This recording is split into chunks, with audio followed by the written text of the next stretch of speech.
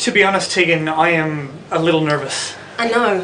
I mean, we've got Glenn Robbins, Charlie Pickering, and on top of all that, it's live TV. What if I forget my lines? What if I'm so nervous I mess up? Guys, don't worry. Just remember that old saying people use when they're nervous. Just picture me with clothes on.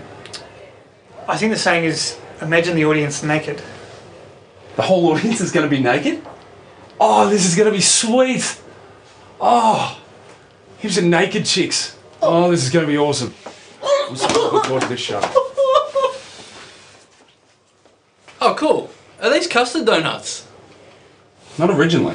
Ooh. Tommy, time to go. Coming to you live from the heart of Melbourne, it's Studio A with Tommy Little. Starring John Cambo Campbell, Luke McGregor, Nick Cody, Carl Chandler, Xavier Michaelides, and Tegan Higginbotham. Funny men Glenn Robbins and Charlie Pickering, stand-up comedian Don Tran, and live music from electro-pop outfit Alpine. You're watching Melbourne's own Studio A. And now, please welcome your host, Tommy Little. Ladies and gentlemen, welcome, welcome, welcome. So lovely to see you all out here tonight. Thank you for coming down in what has been an absolutely freezing week, although that hasn't stopped a French exotic dancer, Elise Seri, from performing a striptease on the sacred site of Uluru this week. She claimed the dance was a tribute to the Aboriginal people. And although the incident has offended many, she's actually received a few letters of support. We got one of them here.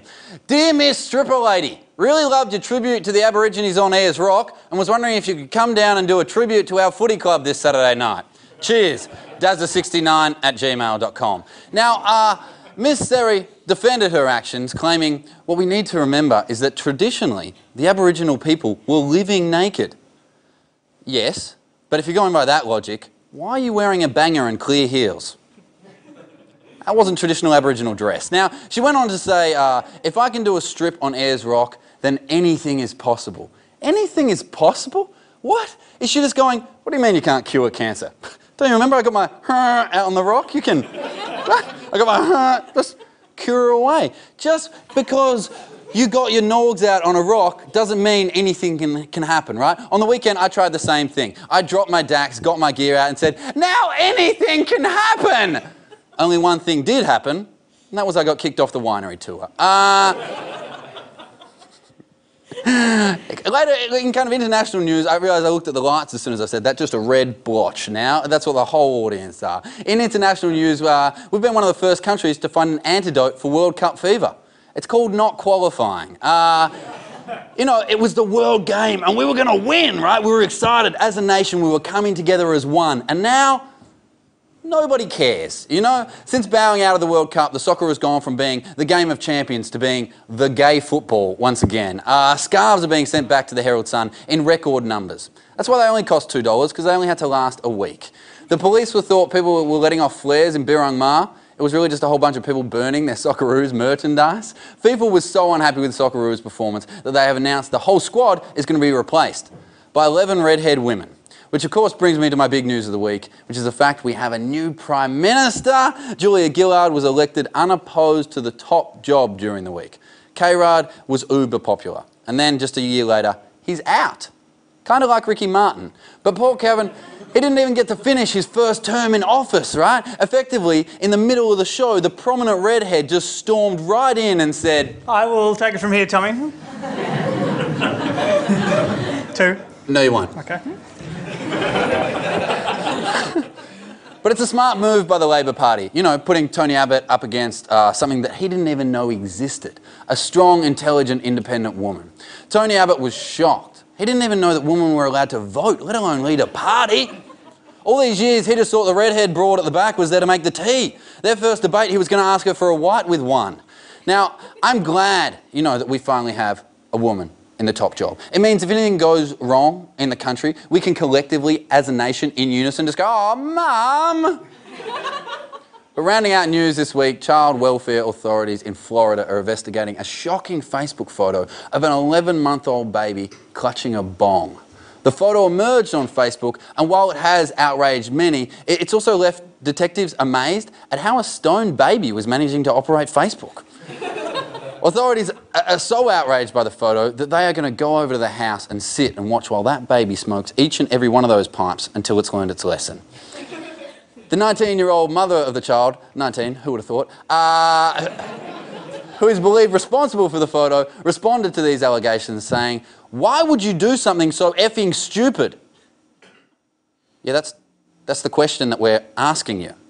I don't know if you can just answer with the same words back at us. But it's reported that all the bonging has had a real effect, a negative effect on this baby. Since taking up smoking, the baby has stopped doing regular exercise. It's broken up with its girlfriend. It no longer even drives his car.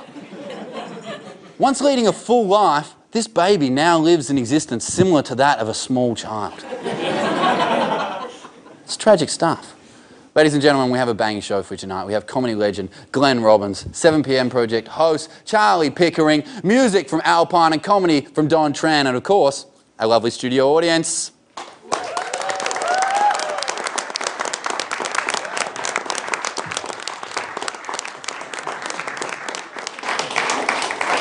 Now, of course, with Julia Gillard becoming Prime Minister this week, an important moment has taken place in Australian history. But the question on everyone's mind is, what will Julia Gillard do as Prime Minister?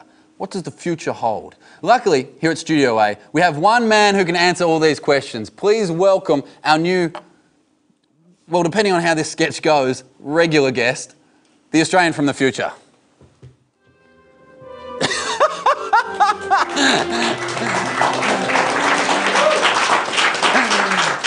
Greet end, everyone. Greet end. So, what was that? Greet end. It's a combination of the words greetings and friend. It's how we will say hello in the future.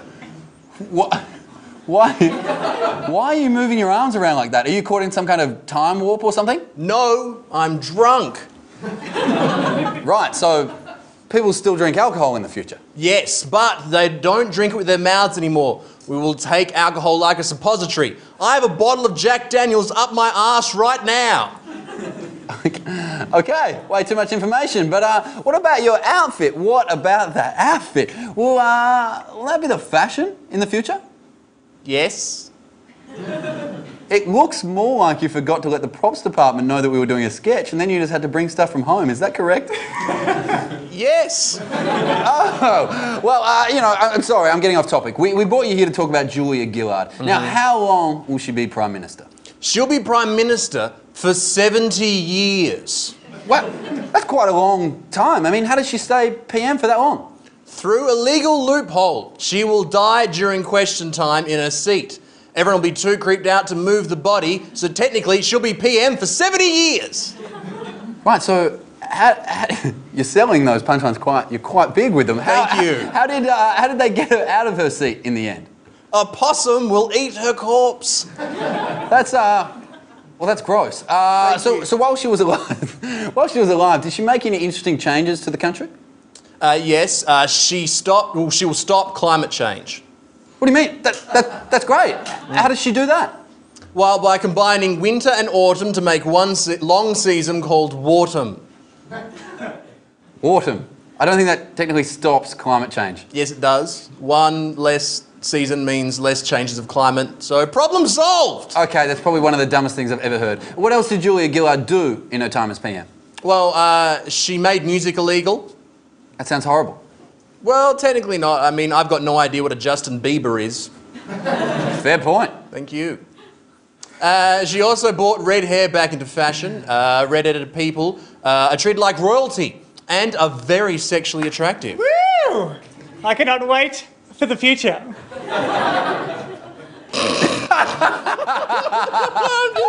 I'm kidding. No. She shaved her head before the first election and then in 2030 sent all redheads to the Forbidden Zone along with people that try to get on the train before you get off. Ooh, that's not good. Yeah, but then in 2030 she changes the laws and all the redheads are no longer in the Forbidden Zone. All right, that's... Because we will blow up the Forbidden Zone. No. But then... Yes? Nothing. What? And then, Yeah? no. And there, no. What? What? Okay, I've got a feeling this might be denigrating. Did she ever get married or have any children? Yeah, she has one son called John Connor, and she travels back 2010 and tells the Labor government to get rid of Kevin Rudd. And then he goes to the school dance and makes out with his mum. And then Doc Brown makes the DeLorean get struck by lightning. And then it turns out the whole time he was Bruce Willis and he was dead. Look, is there anyone more intelligent than you in the future that we could speak to instead? No, I won a 2013 Nobel Peace Prize for being smart and shit. Can we see that prize? Prizes are invisible in the future. And up my arse! Is this sketch going to be as bad in the future as it is now? No, it'll be worse. Right, coming up after the break, we talk to a man who's been making the funny in this country since the 80s, Mr. Glenn Robbins. And of course, our Studio A cast member, Cambo, has a chance to express his true feelings. Could be scary, could be fun. Don't go away. You're watching Studio A.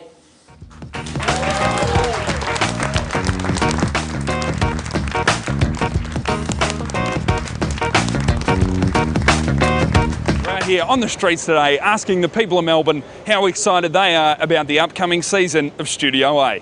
What's Studio A? What is it? I don't exactly know what it is. Do you know what it is? No idea. What's Studio A? What's Studio A?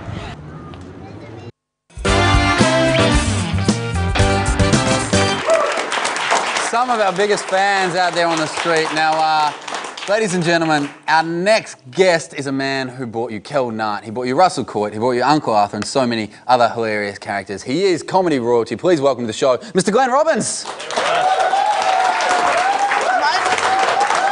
Welcome. Thank you. Thank you for coming down. How are you, firstly? I'm good. You're good? Yeah, I'm very good, thank you. The first thing you said to me today, I walked outside and I met you and I said, it's freezing, and you said, I've been surfing. I have been surfing today, down the West Coast, yeah. Are you just impenetrable? My balls disappeared up inside my body just walking in the street today. Wasn't it just ridiculous out there? The water's not as cold as the air, actually, so it's not too bad. It's pretty good. Okay. And, with, a good wetsuit and, with a body like mine, you can get through it. Steel doesn't get too cold, does it? That's right, exactly right. Now, I had to ask you, you do know this is our second episode with Is it really? With me as host, this is the second episode. Hey, you're doing a great job. Cheers. It's early days, but the wheels could still fall off. But I had my first time getting recognised during the week. It was did you? Yeah, it was the day after the show, and someone said, Tommy. And I said, yeah. And they said, you're the new host of Studio A. And I said, yeah, that's great. Thanks so much. I came this week. He was a member of the crew. But you're one of the most recognisable faces on TV. You must get that all the time. I do. Yeah, I either get it a lot or not at all, and it's depending on where I am and what's happening. Sometimes it's fine. Sometimes it can be a little embarrassing. Sometimes I say the wrong thing. We were shooting Kath and Kim up in Queensland, and I went into a. Don't take this the wrong way. They had a spa after the shoot, and I went and had a bit of a spa, and I went into the sauna. Now, I was in the nude, okay? Now, it was all male, so it was okay, all right? So I'm in the sauna. Yep. You with me? I love that that's the definition of okay, though. No. It was all guys, so therefore it's fine. No, well, it's just that people think weird that you're in a sauna in the nude. It was a male sauna, and I was in the nude, which I think is fine, okay? Okay. I think it's fine. Were you the only one nude? No, there was another guy in there, right? Okay. and it was dark, and we got to chatting.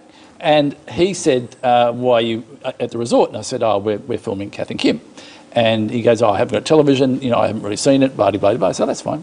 Anyway, so we're in the sauna for a while. He goes to get out. I go out at the same time. We step out into the light, and he said, now I recognise you. And I said, that's funny because most people recognise my face.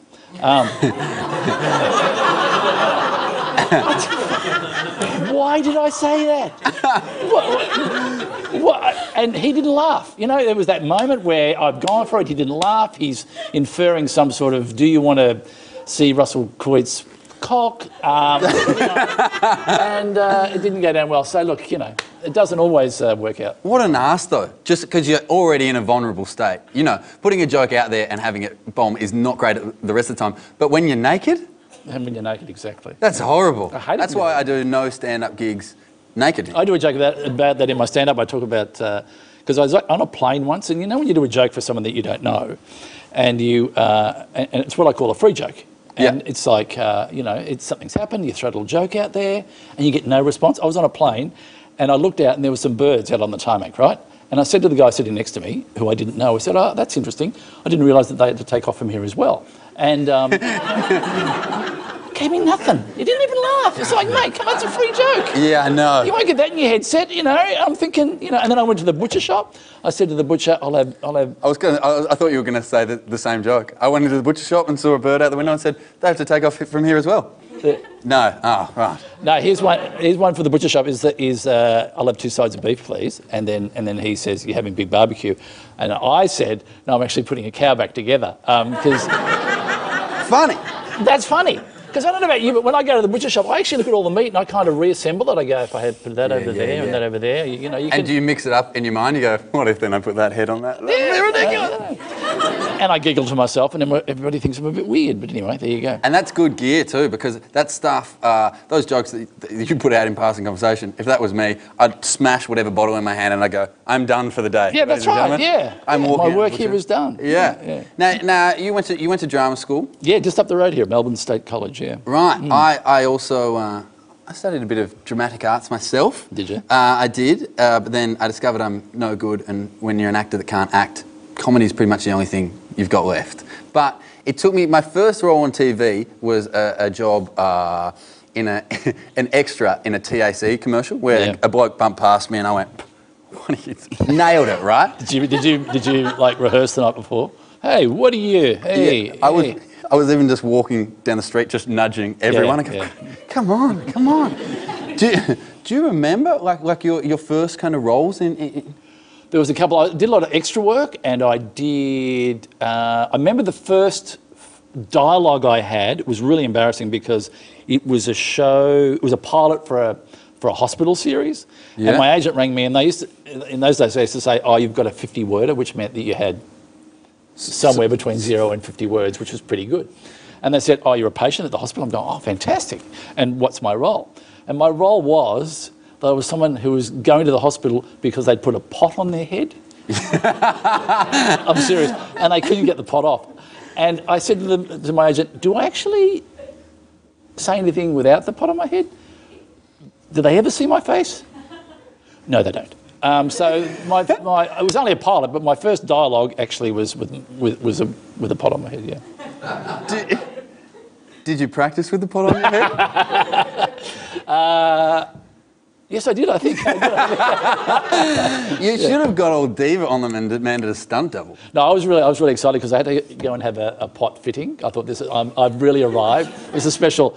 Getting the pot because because I could get it off in a special way and stuff on set. Were you sending your friends messages as well? Just going for a pot fitting today. What's that? Don't worry, drama talk. You wouldn't get it. It's fine. I've still got the pot actually. Now, do you really? You don't. No, I don't. So gullible, just so gullible. Now, you've recently toured as well, doing stand-up with Mick Malloy and Jeff Stilson, an American comic. Yeah. Now Jeff lives here in Australia now, and he's been doing stand-up for a long time. He's done like 10. Did you hear about him doing Letterman? Yeah, I actually saw the clip. Well, what happened was that Mick and I do a lot of publicity for the tour, and he doesn't get asked to do that much. And he said, "Look, guys, I've organised some publicity for our Adelaide season." We said, "Oh, great. What are you going to do?" He said, "I'm going to do Letterman." So he went on Letterman to promote our Adelaide season. How good's that? And Letterman said, "And you can see this next guy in Adelaide if you're there for business or pleasure. Get along and sit." And Letterman goes, "And wait for this, with comic legends Glenn Robbins and Mick Malloy." So, But were they the American crowd that would have just gone, whoop, yeah! Yeah, there was a bit of that. There was a bit of, who? What's that? Yeah. I don't even know what we're yelling about. Hey, I have to ask you one very quick question. Yeah. As you know, Julia Gillard is the PM this week. Do you think she at all resembles Kath from Kath and Kim? A few people have said that, actually. Yeah. Bang on. Yeah. No, she, she does, actually. So your pseudo-wife is now the PM. Yeah. Well, I think, we should bring Kel out and... First man. Yeah. Moving up in the world. Yeah, a little bit of action happening there. Yeah. Ladies and gentlemen, please thank Glenn Robbins. Thank you very much.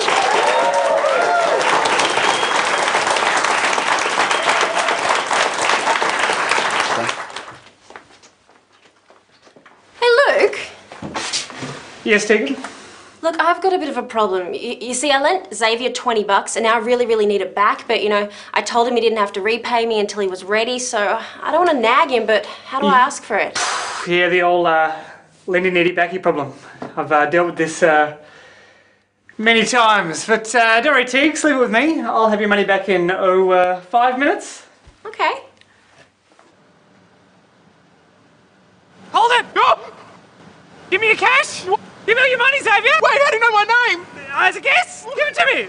Is there 20 bucks in here? Yes. Me card? Yeah. Is it valid? Well, for the rest of the day. Where do you think of Lee McGregor? Geese. Never mind. Oh, hey, Teags. Hey, Luke. Oh, what's this? 5, 10, 15, $20. Great, look, that's great, thank you. Look, great. No worries. It's fine. See ya. Thank you. See ya. Oh my God, Tegan, you won't believe what just happened to me. Well, what just happened? I was robbed. Someone stole $20 off me. Oh my God. There is no way I'm walking home tonight. I'll have to get a cab. Oh, I'll need to borrow some money for a cab. Yeah? Yeah. Sure, that's fine. Thank you, what do you need, thank like, you. what, 10, what, 30? No, like 50 because I'm staying with my mum.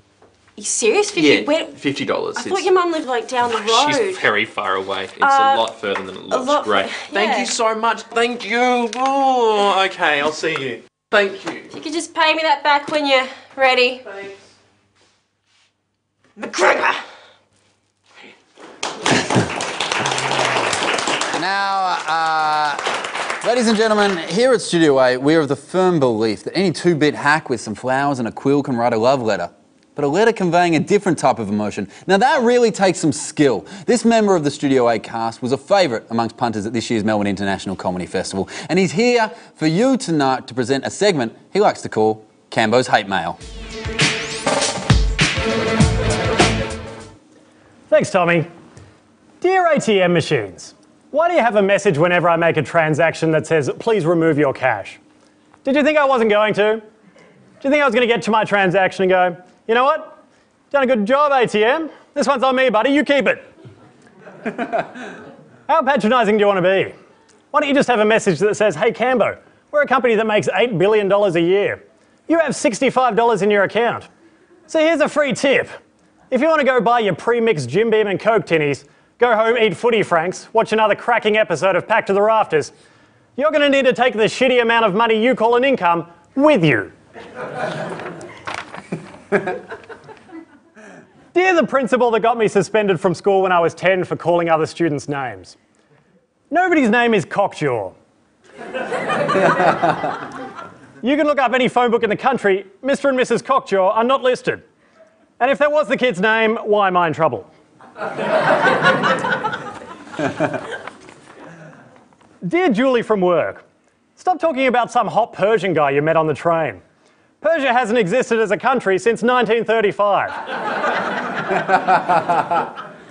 So unless you're banging some 74-year-old expat, he's Iranian. Also, that sign you've got on your desk that says the bitch is back, you don't need a sign to let people know you're a bitch. Word has spread. Dear networking, screw you. Networking is just walking around talking to people. Hey man, how are you? Oh great, now you're part of my network. Now I have to remember your name and make eye contact every time we see each other. Otherwise, I'll seem rude. And all on the weak premise that one day you're going to give me a job or something. Move over, qualified candidate for the role. Here comes some guy I talked to once.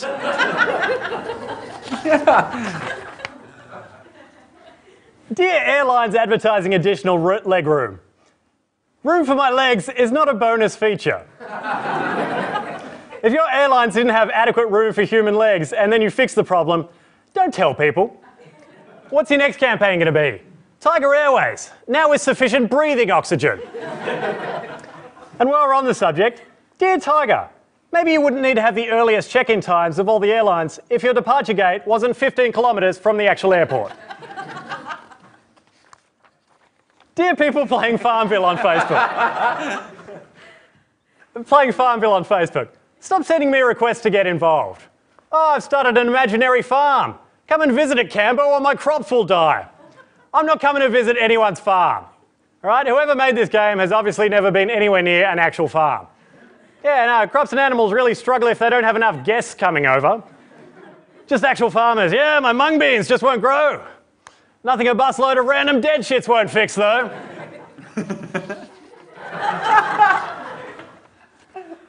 Dear the huge amount of people you couldn't pay to watch a soccer match at any other time of the year that are now staying up till 4 a.m. typing passionate support messages all over Facebook. You don't care about soccer, you don't go to any games, you don't watch any games, all right? I bet if the same amount of marketing went into international frisbee, I could go on Facebook right now and the first 10 posts would be, go the frisbee didgeridoo's. And finally, dear gender reassignment patients telling people you used to be a man. No, you're still a man. I have nothing but total support for you having the courage to live your life the way you want to. But to be an actual woman, you'd need to remove your Adam's apple, have a womb put in, and somehow genetically remove the Y chromosome from every strand of your DNA. The fact that you think you can become a woman by simply swapping a cock for some boobs is inherently a massively male way of thinking. Ladies and gentlemen, that was Cambo's hate mail. We'll be right back with comedian and self-professed political junkie Charlie Pickering. Don't go away, you're watching Studio A.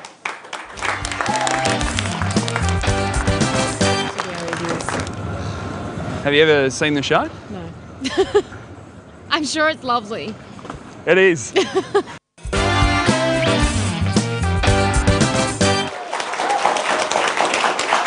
Ladies and gentlemen, you know, let's get stuck straight into this, I think. And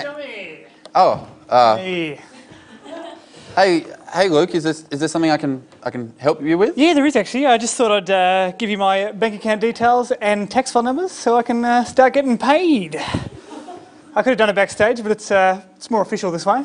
Yeah, Luke, you know we're all volunteers here, yeah? I don't think so. You sure? You sure? Yes. Well, the girl on camera 2 said she gets paid $90,000 a year. Yeah, but that's Emma. She's probably just... Emma, are you taking the piss? You're a liar! All right, that's fine. What am I going to do with this $4,000 watch I bought on credit, thinking we all had massive TV contracts? Well, I don't know. Maybe eBay. eBay's going to bid on a $4,000... What am I going to do? I can't... Well, mate, maybe you should have thought about that before you bought the watch. Well, what if... All right, well, how about this? What if you paid me? I'm not paying you. Okay. That's all right. Let's just start again. Let's reset. Pretend this conversation never happened, okay? I'm just going to stand up, walk out and come back in, all right? Okay. Okay? All right. Okay. Okay. Hi, Tommy. Hi, Luke. Can I borrow $4,000? No. Okay. Thanks, Luke. Ladies and gentlemen. Our next guest is one of Australia's most well-respected comedians. He's not only a regular on Talking About Your Generation, he's also the host of the 7 p.m. Project. It's my absolute privilege to welcome to Studio A, Mr. Charlie Pickering. Charlie? Hello. Hey, thank you so much, firstly, for coming down here. It is lovely to be here. I'm very excited. I've noticed the rules of censorship on your show are actually different to ours. I think it might be your later time slot. I'm not sure what it is, but I think I heard the word cock before. That was exciting. Wasn't that good fun? When Glenn said cock and you all laughed, that was good, wasn't it? That was great. Because we're heaps stricter than that. Like, our rules are, I don't think we can, well, we can't even say flange. Like, it's too controversial. Mate, if you want to throw a few round... Well, it's not, the weird thing, we had this argument recently. We're allowed to say that someone took drugs, but we're not allowed to say how they took drugs. Like, you can say that someone took cocaine. Right. You're not allowed to say that they snorted cocaine. Because apparently there's going to be some 12-year-old kid at home with, like, a pile of cocaine just going, oh, well, thank God, I had no idea what I was meant to do with this for the 7 p.m. project. Thank you. If only I knew how to use this. Yeah, I spent 27 grand on cocaine, and I'm like, do I rub it in my hair? Is it talcum powder? But... Thanks, Charlie. Appreciate that. There's babies just going, this is the most expensive deodorant I have ever had. It'd be great, though. 12-year-old kids would really pay attention in class with a bit more cocaine going on. Pick me, miss. I know everything in the world right now. Alert but not alarmed. Yeah, that's right. Now, mate, I noticed your makeup. You're wearing 7 p.m. makeup, aren't you? Yeah, there's something wrong with a man who arrives wearing his own makeup. No, but Yeah, no. This is they literally spray this on with it like with an air spray. Like I get airbrushed every day. Well, I saw you and I went, Charlie, do you need to get it? Charlie, you look amazing. Go on, you want to touch it? No, Go on, have a little bit. That. That's good. Yes, see, that is. You'll have to wash your hands now. Mate, I brought you here because, you know, I graduated from the school of kids who can't read good, and a lot of what has happened this week involving Kevin Rudd and Julia Gillard, I don't understand. The first thing I don't understand is I know Prime Ministers have been kind of overthrown by their own party before, yet every time this is mentioned, they say it's an unprecedented thing. Why is that? For a couple of reasons. I think the main reason it's unprecedented is the guy was actually Prime Minister. Normally when you see people backstab each other and swap their leader, it's when they're in opposition and they're desperate. Like a good example, like the Labor Party, they sacked Bob Hawke. Basically arranged for Bill Hayden to be sacked a year before he was elected Prime Minister back in '83, but they weren't in power at the time. Right. But the one thing about that is it was less than a year before an election and they still won the election. So I think Labor were probably thinking that when they did this, their polling numbers were bad and they had to do something to completely turn their polling numbers around to have a chance in the election. Right, and it happened so quickly. I mean, it happened so quick. The first time I heard about it was on Twitter, because, you know, I'm Gen Y technology. And by the next morning, it was done. It was kind of 10 o'clock, it got announced. By 9:30, people could have slept through that. It was amazing. We had, Hugh Remington was on the show, on our show, on the Wednesday night. And literally what we asked him to comment on was two guys who'd shot each other in the arse and thought that was funny. Right? And he's like the most politics guy I know, and he clearly had no idea. Like if he knew the leadership spill was on, he would not have been speaking about two guys shooting each other in the arse. He would have been speaking about two people knifing each other in the back. Very similar thing. Yeah. Right? But I couldn't believe it. I'd been working all day shooting Your Generation. I got home at 10:20 and there's Kevin Rudd giving a press conference going, game on, the fight tomorrow morning. And no one knew it was going to happen, and it has never happened this quickly. Now, They say, you know, no one saw it coming in the public, but I was reading that Kevin Rudd canvassed his MPs for their approval maybe a week before. He wouldn't do that, surely, if he didn't think something was happening. Yeah, he knew he wasn't popular. People were writing names on his chair, things like that. All of that. He walked in and instead of kick me, stuck to his back, he had oust me, stuck to his back. That's not good. But he, you know, I'm sure Kevin Rudd through his life has been used to not being popular. I'm sure being Prime Minister was the one time he was ever like the most popular guy he knew. Everyone wanted to sit next to him. Yeah, everyone wanted to know K-Rudd. Yeah. Right? But his popularity went, and the thing about Kevin Rudd was within the Labor Party there's lots of factions, there's the left and the right and the unions, and he wasn't really aligned to any of them, and he wasn't mates with many of them. The people that supported him were the Australian people. So when the polling numbers pissed off on him, he was left with no one in the room to support him. When the Australian people weren't there, all of the factions were going, no, we're going to go with one of our own. Yeah. And Julia Gillard, she's got the job, she's in now. I saw her initial address and she didn't mention God, which, do you think she's still a bit angry over the red hair thing? I'm not sure. I'm sure she's a bigger person than to think that is a reason to write off an entire day. I don't think so. I actually think that was a really smart move personally, because we're one of the most irreligious Western societies in the world. We don't actually like religion interfering with politics that much. We like a separation of church and state. And as Australians by and large see religion as your own choice to do, which is where she's very different to Tony Abbott. In every decision he makes, he's going to check with Jesus before he does it. Yeah. That's just how he rolls. Your and my virginity was not a precious gift, but that of every woman was. Yeah, you and I threw them away. I was going to say, mine was a gift. I was standing out in the street just going, take it, take it. Anyway, like I haven't gift wrapped it. Like trying to return a gift in the Boxing Day sales. No one wants to pay attention to you. Yeah, exactly. But so I think it was smart of her. She made a point of difference between her and Tony Abbott, and that's what we're going to see. We're going to see two very different candidates heading into the election, and I think she's got a very good chance. If she can broker a deal with the mining companies, and if she does that in the next few weeks, she should just announce the election that day and she'll have the thing in the bag. Mark my words, unless I'm wrong. She will win. Do you reckon she will win? Yeah, I do think she will win, but I think Kevin Rudd would have won anyway. I think Labor panicked. But from here, Julia Gillard, her popularity's up at 53% now. Tony Abbott's down at about 24, 25 today. So I think she's looking good. She just needs to ride the wave. One picture in a boat, budgie smugglers, and she'll be through. Yeah, and can I just point out, in this election, one thing to bear in mind, that politicians kissing babies is fine, but that is the only profession where that's allowed. I just want to say that. That's really important to remember. I won't do it at any gigs. Just go to any gig. I'll kiss it. No, don't. Yeah, don't do that. It's just the virginity thing coming back and haunting me again.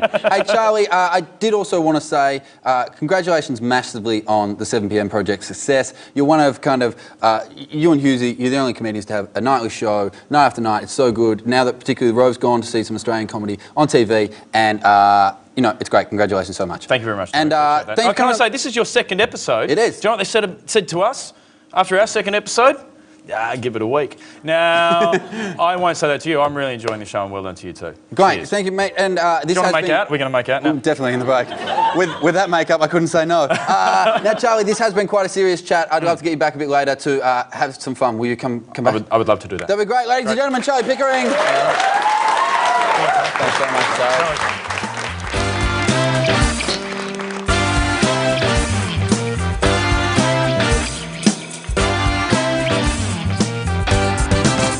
Now, ladies and gentlemen, don't go too far away. Oh, hey guys, what's going on? Hey, we've just got a couple of quick questions for you. Yeah, we're just wondering, considering that we're all new on the show and everything, how are you going to figure out who gets more airtime and who gets more regular segments? Well, I mean, I guess we just see how you guys perform and then I take it from there. Yeah, well, this probably isn't important, but I make a really mean risotto, and I'd be more than happy to cook your dinner. Yeah, and you know that holiday house I've got down at Portsea, Tommy? You love Portsea, right? You can just use that whenever you want to. That's fine. Yeah, okay. Look, I see what you guys are trying to do. And if you give me my own segment, I'll make it really worth your while. Licks lips. What? Yeah. Just you, me, and a hot tub. No one needs to know. What do you say? Winks seductively. Nick, I think you might be reading Tegan's lines. And stage directions. Which ones are my lines? They're the ones that say Nick. That was Nick, Cody and Tegan Higginbotham, ladies and gentlemen. No, that was my line that time. Well, perhaps you might forget these few little blunders after our steamy hot tub session? No, oh no, that's not even in the script. Winks seductively and Hey, rubs. No! Nick, Cody and Tegan Higginbotham, ladies and gentlemen. We'll be right back with more from Glenn Robbins and Charlie Pickering. Don't go away, you're watching Studio 8.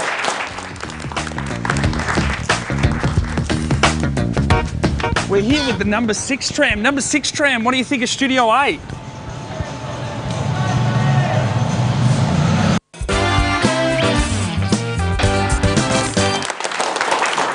Welcome back. Now, as many of you know, we often ask our guests to take part in sketches and games and things like this. However, last week I was in charge of making the game for our guests, and it resulted in the C-bomb being dropped 3 times. So that kind of got pulled from underneath me. But this week, one of our guests said, you know what, how about I bring a game? And I thought it can't go worse than mine. So, ladies and gentlemen, please welcome back to the desk Glenn Robbins and Charlie Pickering playing Would You Rather? Thank you very much. Let me just explain. Yeah. Because you know the game I Spy, when you're in the car, it gets a little, after a while. Yeah. And we've all played it, and it's had its day. Yeah. You with me? Yeah. Yeah. When I go on a long trip now, I play a little game called What Would You Rather? And what you do is you choose 2 things, a mini hypothetical if you like. Yeah. Yeah. And you debate it. There's no right or wrong answer. Yeah. But it's kind of an interesting discussion, if you like. So I'll put them out there. Okay. And you can get the audience to respond. You can respond however you want to do it. Yep. But play at home if you like. But I'll throw the questions out there and to see how we go. But these will get you around Australia in a car. Okay. So I can't get this wrong. No, you can't get it wrong. Yes! Game on! It's just about... Okay, here we go. First question. Yep. What would you rather, big brain or big bank balance? Charlie? I think I'd rather... No, actually, I've seen really dumb rich people, and they seem very happy. Exactly. I do. I would take big bank balance. Just you're right. idiotic rich people. Yes. I would definitely take big bank balance, because then you can buy big brains. And my current level of brains lets you know that maybe, you know, if I think that can possibly happen, you know, I'm happy with the bank balance. Is the correct answer. Well done. Okay, here we go. This is how it works. Okay, good in bed or good at sports? Good in bed. Oh, already got it. I'll take sports. Well, I would take sports anyway. Like, you know, Buddy Franklin, he slept with hundreds of women. It doesn't matter how good he is at it. I'm pretty sure he's still enjoying the experience. Yeah, do you know what I mean? I'm not selfish enough for that to be my goal. That's why I'm good. Still take sports. That's right. You could run around all day on the sports field, then you go home and be a dud in bed, or you could stay home all day, watch people play sports, and be a top root. Yeah. But I guess I'm just saying that it doesn't matter if you're that good in bed. What if you never get to that? Do you know what I mean? What if your initial talk is so bad that you go, guys, I promise you, just get me there and I'm a Casanova. And the girls are like, yeah, that's what the last 10 blokes tried, mate. It's not happening. Word has got around on us, so that's not having any trouble. Yeah. Not having any trouble. Word gets out there. Okay, let's keep it rolling. Live next door to a policeman or live next door to a criminal? A criminal, definitely a criminal. Just so that I could watch Crime Stoppers one night and go, oh, that's my house. That'd be cool. What type of criminal are we talking? Like a litter bug, I'm quite happy to live next door to, but maybe a serial killer. You've done a bit of time, Serial killer, I think you'd be fine, because they always interview the next door neighbour and say, oh, he was really quiet, kept to himself. Yeah, he never kills the next door neighbour. Yeah. I think you'd be absolutely fine. They'd be an idiot to have ruined their number one character witness. The guy that goes, I never would have expected this. Yeah, they never puts his interview. bins out on time. They never interview the person next door, and they go, "Yeah, there was that one time he tried to make a skin and hair suit out of me." They never say that. We're winding up, but this is the one that gets people every time: shit your pants or throw up on yourself. Wow!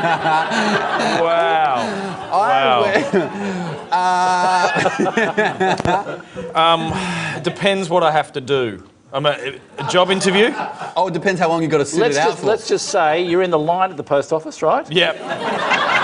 You've got to get some stamps. You're not feeling too good. We've got to wrap this up. But we'll go during the commercial break. We'll come back with an answer after the commercial break. No, we're pissing off, are we? I'll vomit on myself. I'll shit myself. I'm going to shit myself. I'm going to shit myself. Are you going to? I had an idea for a talk show segment where the host could shit themselves and then you've got to not tell your guests.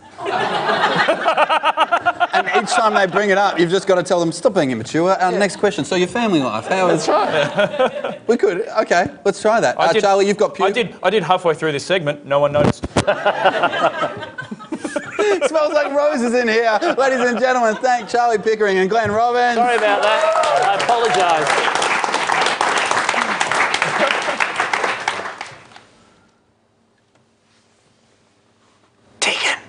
Deegan. Oh, hey, she's really out of it. This is brilliant. Why? Well, we can do stuff to her without her realising. Dude, that's really creepy. No, like draw on her and shave her face. Whatever.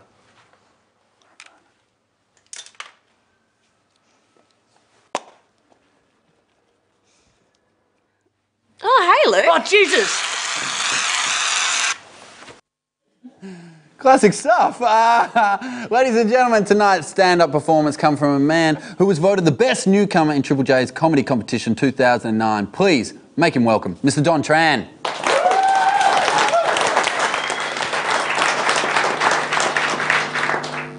Good evening, ladies and gentlemen. I only buy fitted sheets, which makes me look rather silly at Ku Klux Klan meetings.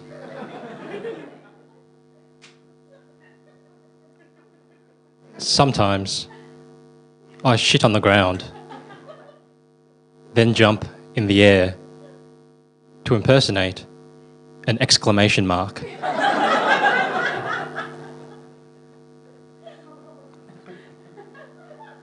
Old people are usually too frail to receive all their birthday punches.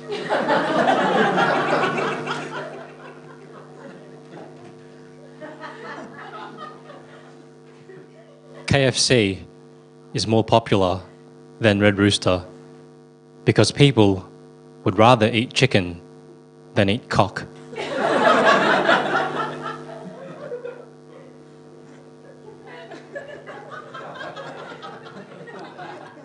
Pass the parcel would work better if there were no prize. That way, one kid is disappointed, but everyone else is happy. It's no comfort to know that there are plenty of fish left in the sea, because until I catch one, I'm left holding my rod.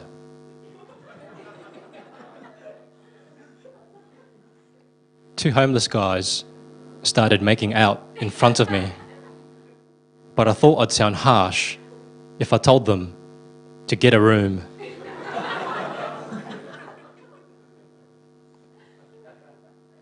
When I call up my dominatrix at 3 in the morning, she abuses me for free.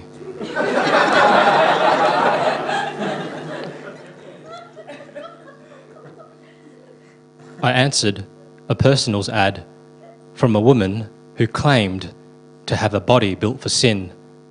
It turns out that sin was gluttony.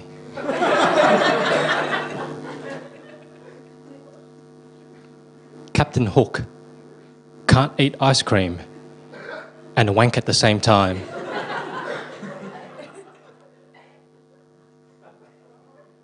I'm in trouble with the law.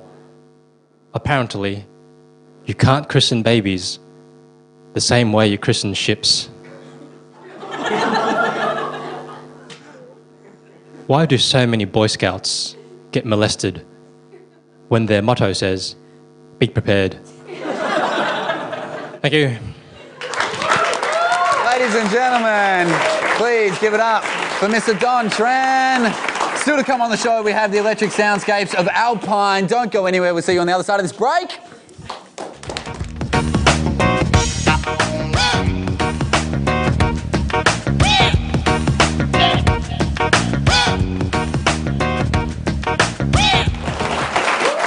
Ladies and gentlemen, welcome back. For those of you out there in TV land who want to be part of our studio audience, like this bunch of fun-looking people tonight, guys, have you had fun? All you have to do is email in at studioa@rmitv.org, and we promise we'll definitely make out with you during the breaks. Thank you to all the guests we had on tonight's show. Of course, we've had Charlie Pickering, Glenn Robbins, Don Tran, and to take us out tonight, we have the beautiful Alpine. Ladies and gentlemen, give it up.